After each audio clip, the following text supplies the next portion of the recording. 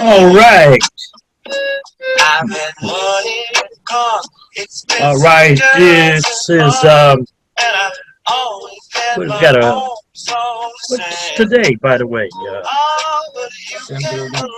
December 9th, huh?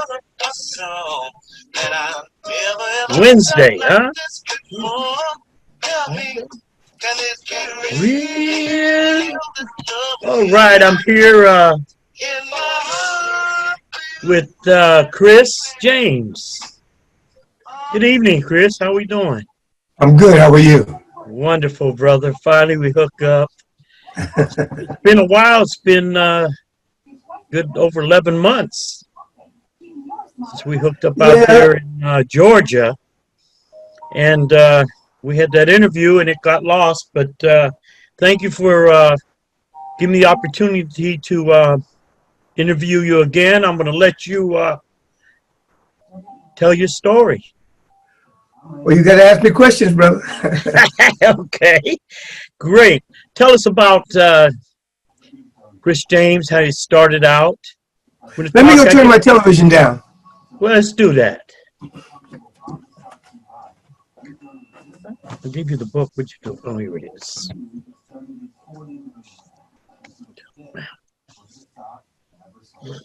All right. Show it to them. I got your book right here. Yeah, I'm going to show everybody. This is the book I'm referring to. Music saved my life. How good is this? Camera's not all that great. All right. So I'm gonna take you back when I first met you, your group, the Natural Four. I'm gonna go back to the Ghetto Club in the streets of San Francisco, back in San Francisco, 4742 Mission Street. You had that hit song, Can This Be Real? What year was this? I'm thinking 19. Oh my God, man. Way back there, man. Well, the reason I asked you that question is because the hit that we had back then was in the 60s was Why Should We Stop Now? Right. But I'm going to tell you, it wasn't that hit. It was Can This Be Real? And I'll tell you why. God bless you. And it was because, sorry, bless you. In the 60s, I was, in that time, 67, 68, I was 17, 18 years old. 70, in the 70s, I was in my 20s. So I couldn't be in the club that young, okay, and I wasn't. And so that's when it was sometime in the 70s, okay. It was late 72, early 73. Yeah. So anyway, you were out the club, and I remember that. And so we're going to take it from there. You can go back to when you started with the group.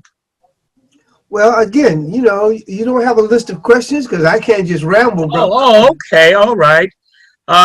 Somebody told me in my interviews that later, just let the people talk. They didn't want to hear my story, but I guess I'm gonna do it my way. You have questions that you want to ask, and I have answers I can give you. Oh, okay. Then tell me about the questions I have. Then we turn the interview around. Then okay. Then tell us about your book. Then do you ask questions about the book? You had a rough childhood. It was rough for you. It was a different type of childhood. Yeah. Tell you about the book. You grew up in Oakland, California. Yes, I did. And it was rough for you. I know you reading the book. I read the stories. Really tough. I guess you really didn't start the music till you went into the service. Was that it or what? No, my whole life as a young person, the one thing which is in my book is that we were always into music. Um, Even as young children, we had our own little family band. Um, I played bass. My sister played a Folgers coffee can for the drums. Okay. My mother played the piano. So there was always we grew up always having music in the house. My grandmother was into country and western. She was from Texas, and that was her style of music. But there was always music as children. Um, and a lot of these things that I'm telling you are in the book. Music Saved My Life: From Darkness into the Light. A lot of the music that I got, basic music I got from my mother as a part of our upbringing. You get up in the morning, you do your chores, you say your prayers, you eat, you sing a song, you go to school. That was just a kind of like a routine. So music was a major part of my life growing up. Okay. Um, then you got into the went into the military. You In went out to '62. Yeah, and you went out into Louisiana. Well, yeah. Before I went to Europe, I went to first Arkansas. I was there, I think, about 90 days, and then I went to Louisiana, to Fort Polk, Louisiana, and then from there I went to and the first place I went wasn't much music happening because that was basic training. My basic training was done in Fort Ord, California. Then I went to Fort Chaffee, Arkansas, and then I was stationed for about a year, 6 months, a year at Fort Polk, and that's where I started really expounding on playing some piano and singing in the uh, the places where privates and below would go to live steam. You have a beer, you have these little sweet drinks. That's 'cause I hadn't drank before, and I would play the piano, and you get a lot of people around. So I really started playing on a solid basis in Fort Polk, Louisiana, at the forget what you call it. But most young military people will know. Um, you go there for your beer and you meet your buddies, and the girls would come in and shoot, playing piano and singing was you guaranteed you're gonna be a big baller. And back in the '60s, big balling was not like it is today. Yeah. So music was always a key element of my existence, for a better word. As a child, I used to sing when I used to mop floors at home. So music was always a major part of my livelihood, and not necessarily financially, just for me as a comfort. Okay. Um, I had planned this a little bit different, but so I didn't really make a list of questions I had for you. I was going to Uh-huh. just rap with you like we did, back in Georgia, and take from there. I was going to talk Well, about. Go ahead. Georgia's a whole different. This is a post Natural 4, post John Lee Hooker, post Zakiya Hooker, post Natural 4. Georgia's a whole different situation. My main part of my music was in the beginning was California and Germany, Right. because once I went into the service and got shipped to Germany, that's pretty much when my music really started taking precedent, because I was a bass player in a band that played post in Germany, and that's what I did when I got there. But music has always been, for me, a way of life, if that makes sense. Yes, yeah. You know, without it, I don't know what I would have done. I've never made any money at it, but any money to speak of, you know, like your Earth, Wind, and Fires and your Luther Vandross. I never, but I was always satisfied with the ability to be able to at least be tranquil, as they say in Argentina, tranquilo. I was always able to be calm because of my music. It was a companion to me when things were really bad.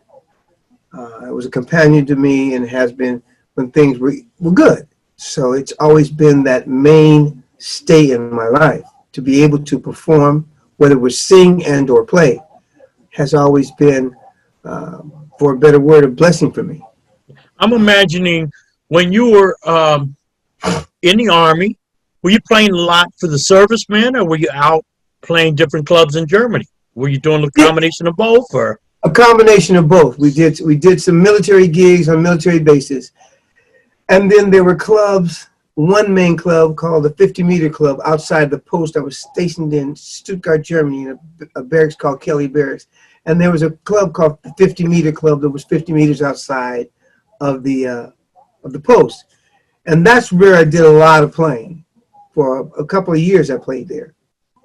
Did you travel much in Germany, like Frankfurt or any of the other military bases? Yeah, when I played with the military band, we traveled to a lot of the bases. Okay. Frankfurt, Stuttgart, Schaffensburg, Nuremberg, Bamberg, all those posts that were there, we would travel to all of them under the military auspices of not a regular military band where you have 10,000 horns. This was more like a combo.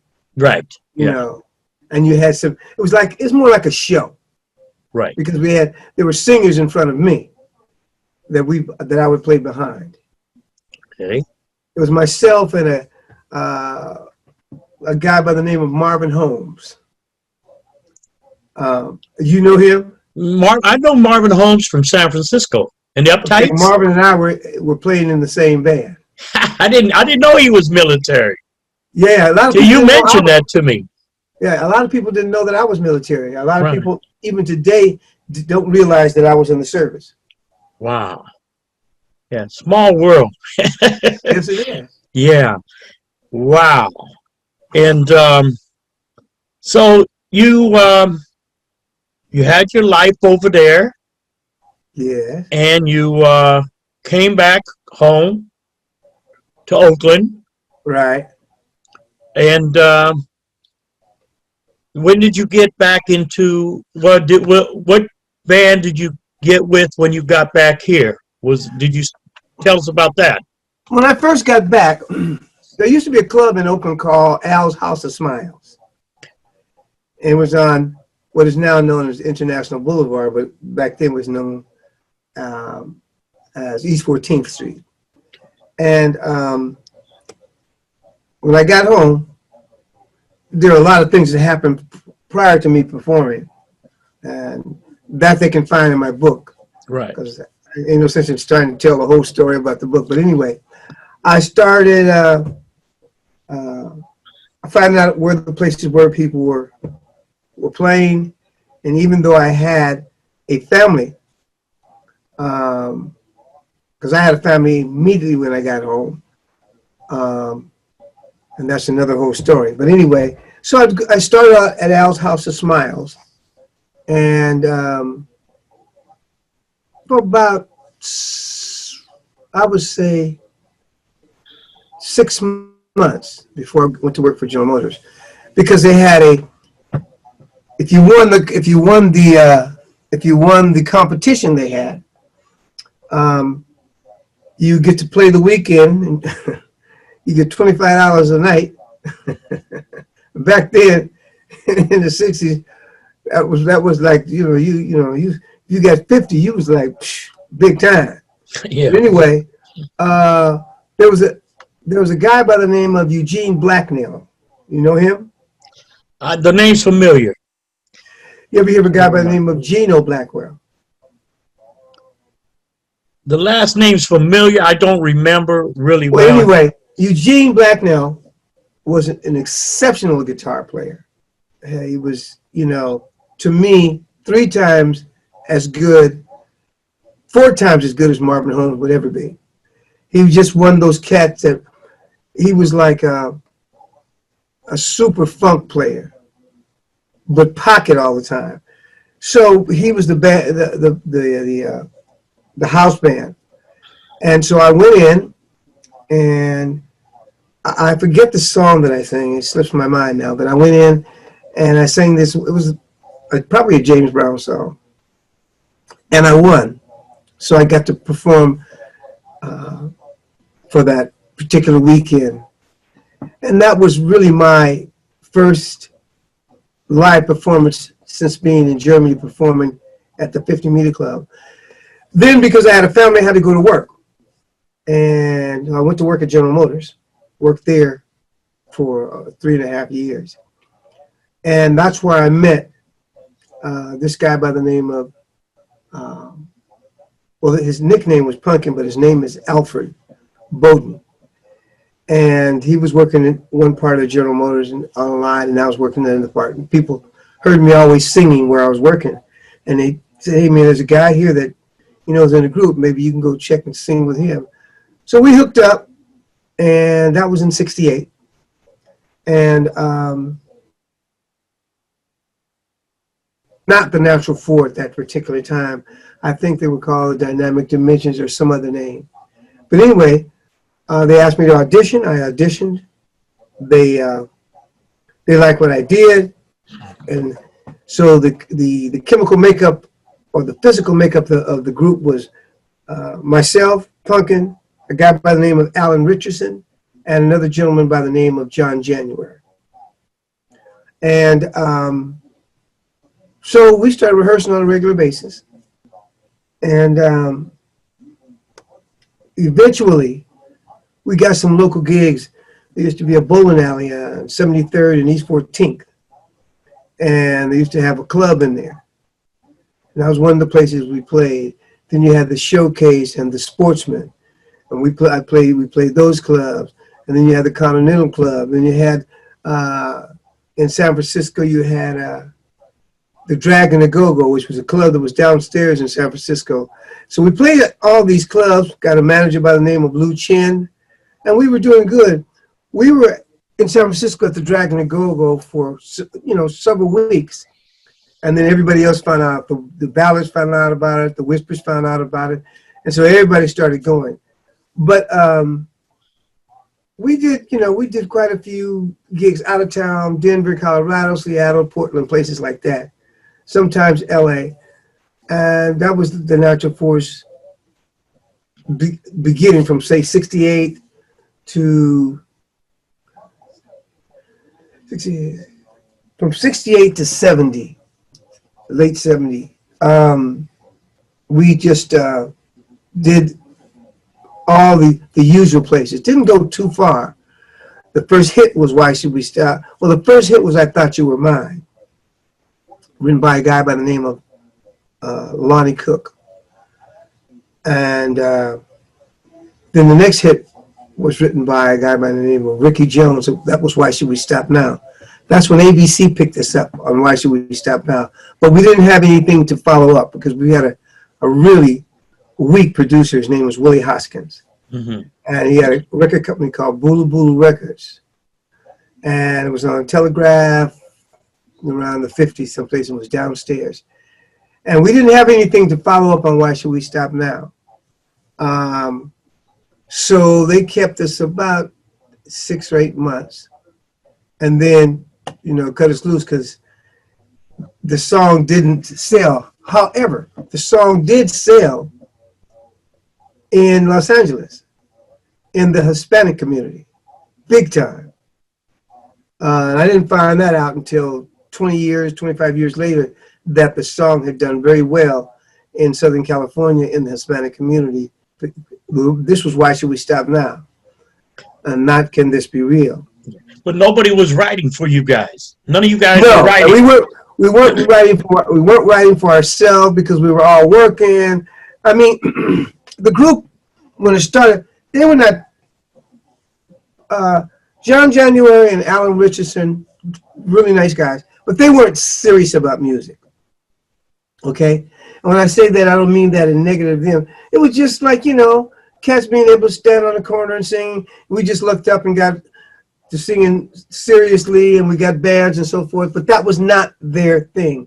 John January was an employee at Berkeley, in the Berkeley School District, and Alan Richardson was a longshoreman. So those guys were making serious money. I was the only one out there flailing around, not having a serious job, but music was just what I wanted to do no matter what. And so Alan Richardson, his wife at the time, was in a serious automobile accident. And so he immediately said, hey, well, that's it. I ain't doing this music stuff. And John January pretty much followed suit because they were not sincere. So what was left of the group was me and Punkin. Now Punkin I'll just say Punkin was a player. You know, both of us were married, but when I say player, I don't mean female player. He was just a player kind of guy, into a little bit of everything. So we started recruiting some more guys, and that's when we ran into Steve Striplin and Delmas Whitley. And we ran into them right at a time where we were getting ready to do a tour to Seattle, Washington. And so Delmas came later. Now, Delmas came into the group. We knew nothing about him. I didn't know that much about Steve Striplin. And I have been with Punkin for several years. But Striplin was cool. I went down to, remember the showcase? You ever hear the showcase? Oh, yeah. Okay, I went down to the that, showcase, and every Thursday they used to have a talent show down there. Right. And some of the DJs from KDIA and KSOL would be down there, and they would run the show. And that's where I met Steve. I heard him sing. I said, okay, this guy's okay. But Delmas Whitley, Willie Hoskins, crooked Willie Hoskins, and I say that all the time, because he was a crook. Anyway, he had signed when we did Why Should We Stop Now. Willie Hoskins had got $150,000, and back in the '60s, that was a lot of money. Right. And he pocketed half. He pocketed half of that, and then he should have given us at least a third of that money. Right. We didn't get nothing. So he pocketed that money, and he produced some stuff on the Whispers, the Ballads, the Hartfield Brothers. Remember there was a group called the Casanova 2, which was Wally Trash and this other guy. Yeah. So he produced all these people with the money that was made on us. Story of my life. Everybody else gets the money but me. But anyway, I'm not whining. It's just my stupidity. But anyway, so Willie Hoskins found this guy Delmas. We didn't know anything about him because we had a tour coming up. You ever remember a gentleman by the name of Lou Vasson? No. Okay, Lou Vasson was a promoter, a booking agent. He owned a salon, and he was a booking agent in the Bay, down in that same area. And he would book Seattle, Portland, LA, places like that. And Lou Vasson had booked a gig for us in Seattle, and we needed to have somebody. So Willie Hoskins got this guy who had just got out of jail, Delmas Whitley. Right. And he became a member of the Natural Four, like within 3 weeks when we rehearsed and everything else. We didn't know it. Good book. Delmas, I wish I had Delmas's chops. Delmas was a good singer. He was really good. He could tackle a song, and it was a good choice in terms of voice, but not a good choice in terms of the person himself, because he continued to do robbery and shit. As we traveled across the country, you know, wherever we went, Delmas was going to do some heinous shit. Anyway, that was the chemical makeup of the Natural Four. And then as time went on, you know, a lot of distinction within the group, and some people were staying with Punkin. And as I said, Punkin was he's one of the player cats back in the day, when, you know, when people came and dropped all them drugs and stuff in the Bay Area. Punkin was involved in a lot of that kind of stuff. Not heavy, but enough so it was bothering me. Anyway, we eventually, myself and Steve, even Delmas at the time, it was like, okay, Punkin's out. So we found Daryl Kennedy, who had sang with another group, and he became a part of Natural Four. And then there was about a 8-9 month, maybe longer than that, hiatus, where, you know, we just would keep rehearsing, but nothing was going on. Then we met this guy by the name of, oh shoot, what was his name? Wally Cox. He was a friend of my sister's who knew Marvin Gaye. And so he heard us sing, and he went back, because we were doing, from Superfly, we were doing Eddie You Should Know Better, which is off the Superfly movie. And Wally heard it, went back to Chicago, told Curtis, and said, hey, you know, there's a group out there that's doing this. And so Curtis sent Marv Stewart to the Bay Area to see us on the show, because the impressions were coming out anyway. You're talking about Curtis Mayfield. Curtis Mayfield, yes. Right. And so we did this show all together in San Mateo, no, not San Mateo, out there in that area. Mm-hmm. And Curtis saw us. Well, Marv came first, and he saw us. There's a club in Berkeley. It's like Freight and Salvage, but it was not Freight and Salvage, but it was like one of those places. They saw us perform in this club, and Marv told Curtis about us, because we had good routines, great, really good harmony. We were really a group. Had the personnel been better vented, had we not had someone like Delmas in there, we would have gotten over really good at the end of the day. He was that's just how Delmas is. He's probably still that way to this day. But anyway,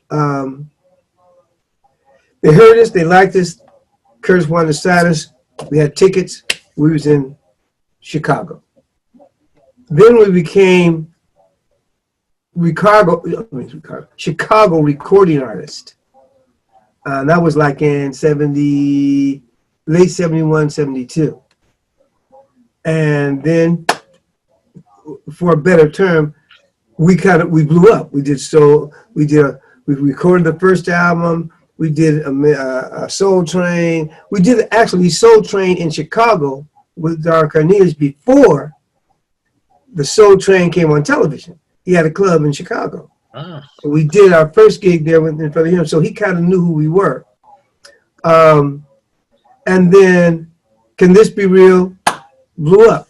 Now, our producer at the time was a guy by the name of Leroy Hudson. I don't know if you heard of him. I heard of Leroy, yeah. Okay. Leroy got his fame, as far as I'm concerned, it's just my opinion, because of Can This Be Real and The Natural Four, because we did all of his songs. You know, he was never like a Donny Hathaway, even though he studied with Donny Hathaway.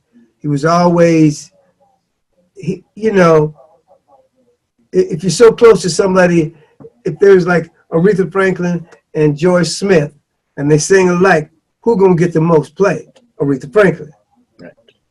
And so, but we were, in a lot of ways, helped Leroy Hudson get his fame in Japan and other places because of, you know, he's a good songwriter, but he didn't write for me, but his style was good for Delmas. So he leaned towards Delmas, even though I was original lead singer of the group at the time, because Punkin back to regress from it. Punkin was the worst first tenor I ever had to sing with in my life. He always sang sharp or flat, you know. And Punkin was a bully, you know. And me and him would always get into, you know, because he couldn't stay on pitch. And he thought that what he was doing was cool, and I never did. But anyway, that was the extent we got over when we started doing Midnight Special, Soul Train, American Bandstand, In Session, the Wolfman Jack Show. We did all those shows. We played at clubs in Chicago. There's a club in Chicago called Mr. Kelly's.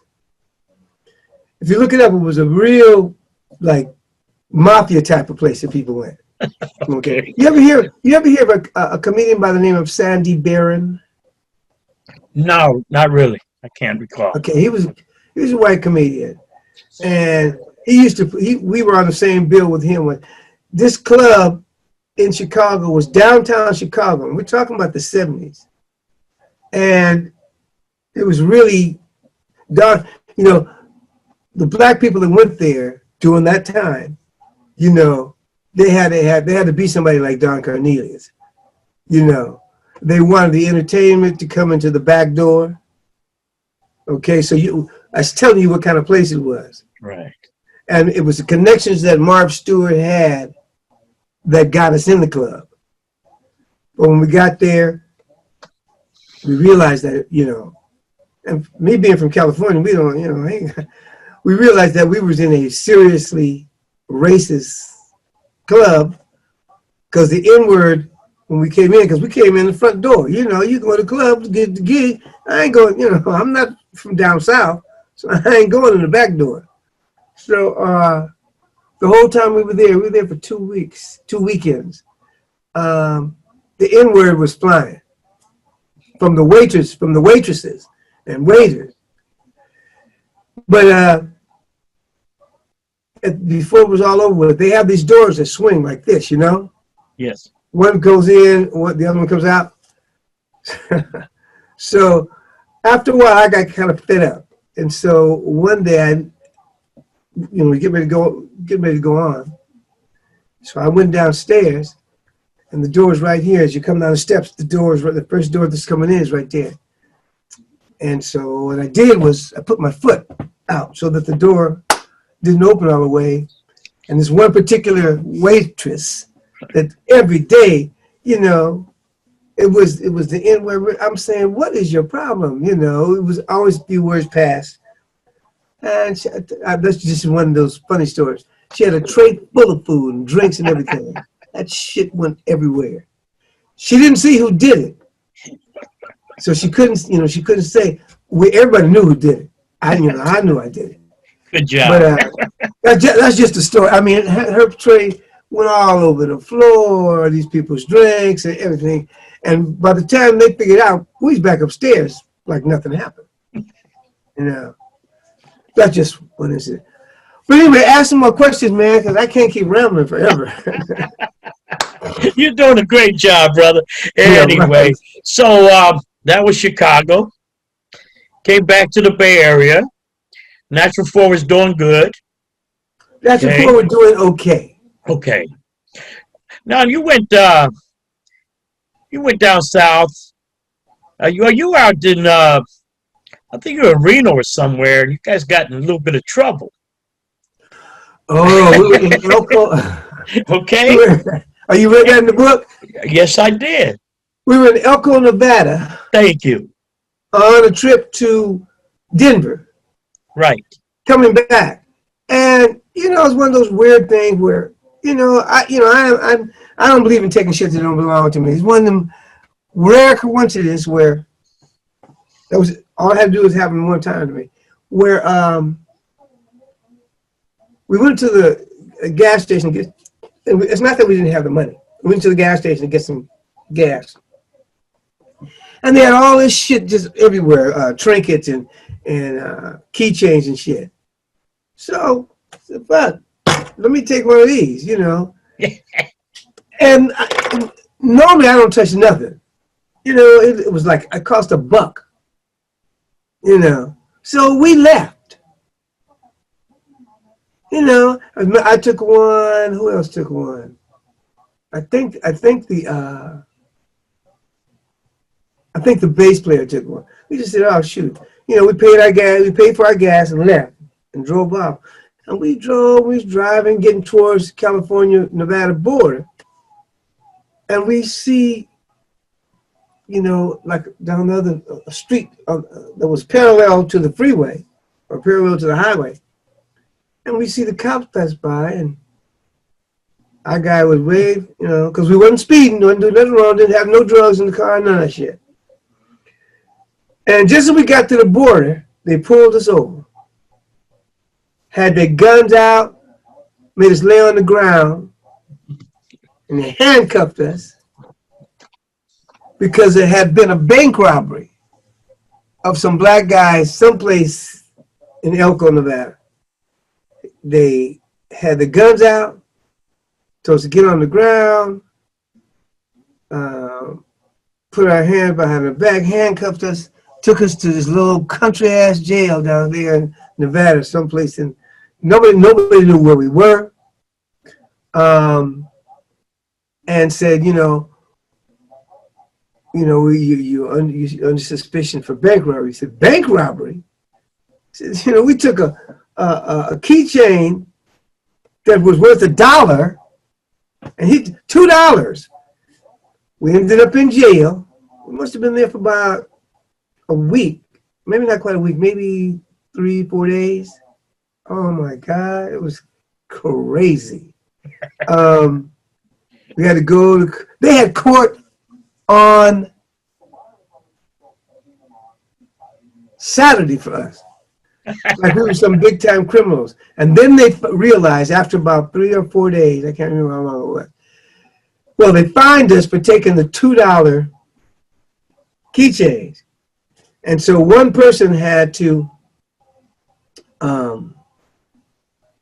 take the rap for everybody, which was the bass player. We said, okay, because I wasn't, So, I mean, the extent of our theft was $2. And we ended up getting one guy to stay there for 2 weeks in jail.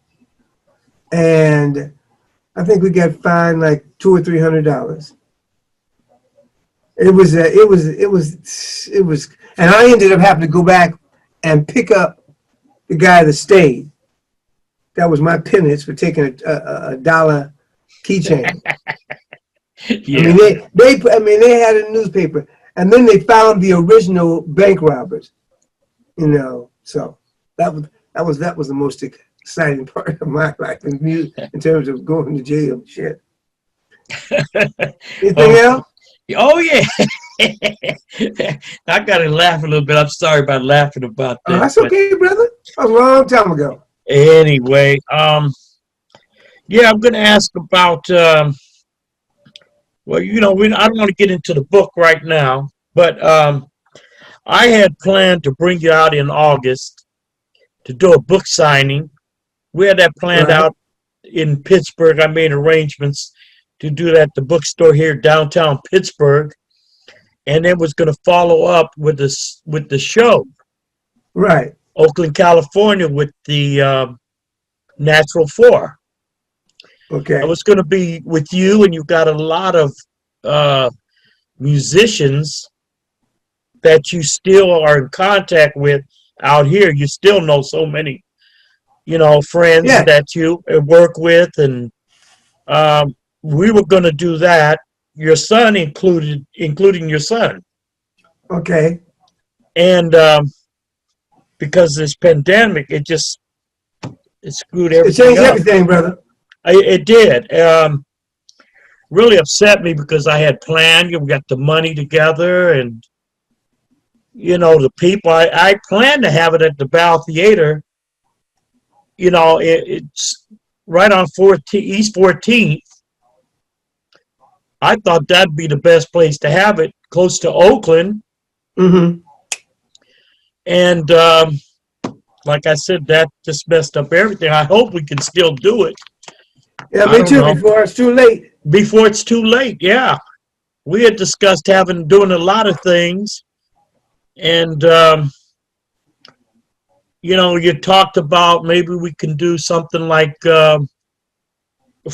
Frankie Valli did with the like he did with the Four Seasons. They got a group going out like they did the Jersey Boys. You know, Mm-hmm. maybe you could have continued to do the his part, you know, your part, and have three other fellas there, or have four guys. You just you know, let the youngsters go and do your thing. You know. Oh yeah, well, as long as if that can still happen, I'm definitely up for it. Okay. Well, I know you're still performing. Your wife Well, hell, Sakita, you know. ain't nobody performing right now. No, no, I know that, but I mean, you're still performing in Argentina. I mean, I've seen your work. I mean, it's beautiful. I've seen you know what you've done out when I was out there visiting you. You showed me the stuff you're doing out in Argentina is amazing. You know, you've got the talent. You're still doing it. Tell us a little bit about what you're doing out there in Argentina when you go out there, when you're performing out there. Well, the last show that we did, which was last year, early last year, it was with an 80-piece orchestra. That was that's the largest band. Although I've done a 40-piece big band, a 16-piece big band Zakia and myself did. And the last thing that we did was the 80-piece orchestra in a city called Paraná. It's a suburb of Santa Fe, which is a suburb of Buenos Aires, which is the capital. But anyway, I do clinics out there. I do shows out there. For me, it has been a godsend for me, a place to go to perform, rather than just playing in the United States. It's been some place that I call home now, because when I go there, I don't have to be natural four. I'm who I really am, which is Olden Christopher Bell, aka Chris James, and people accept that from me. They accept me as a single artist. I didn't go there with anybody.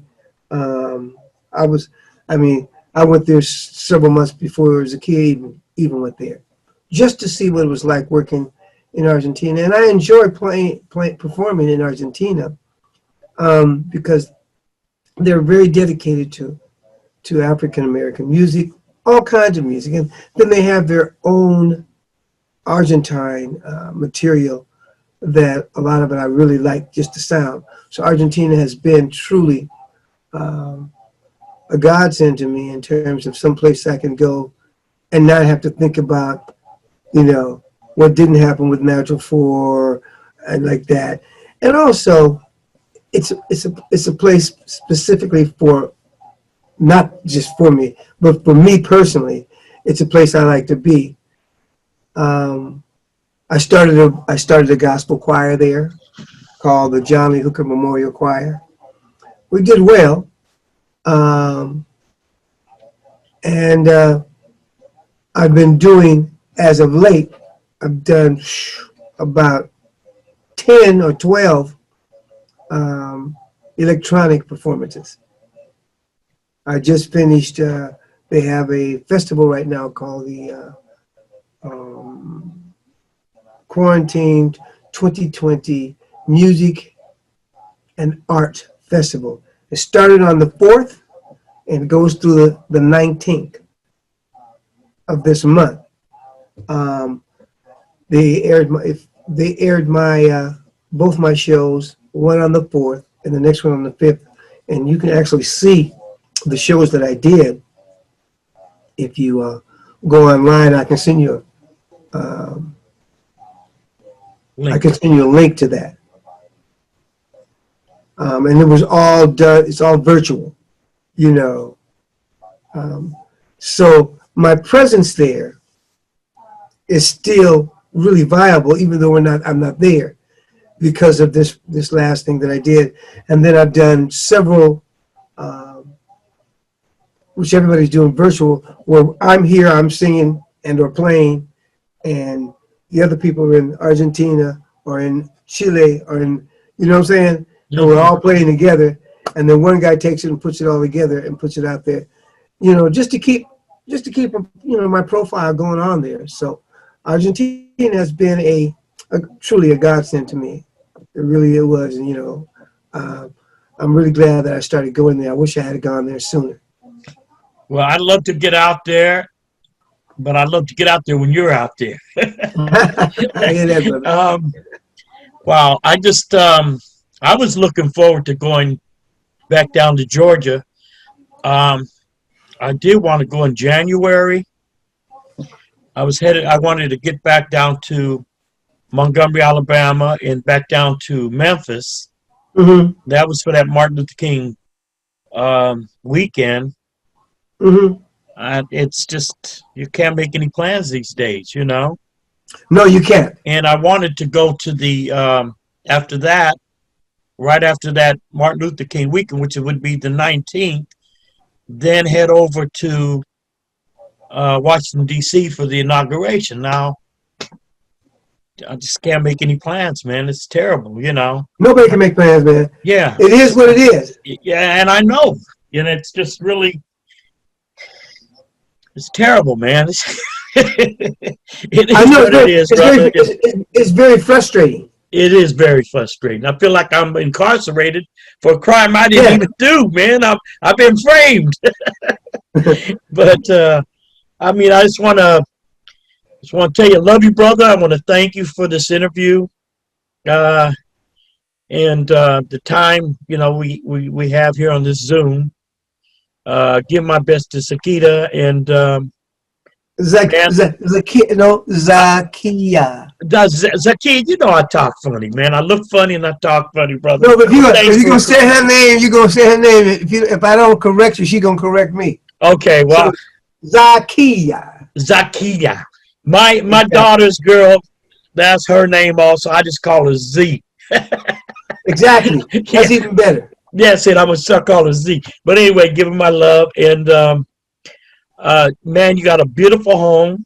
I enjoyed staying there. Your house is like a museum. It's so beautiful. And you can't let people come over there now because of this pandemic. But if it wasn't a pandemic, people would be able to come over there. Oh yeah, absolutely. Tell them about it. Yeah. We used to have a lot of company. You know, because Z has done all the landscaping. That's what she likes to do. So all I do is cut the grass and keep it down and blow the leaves. But she does the landscaping. But we can't really have anybody at all come over. Right. Period. Because of this pandemic. But it looks like they got a vaccine.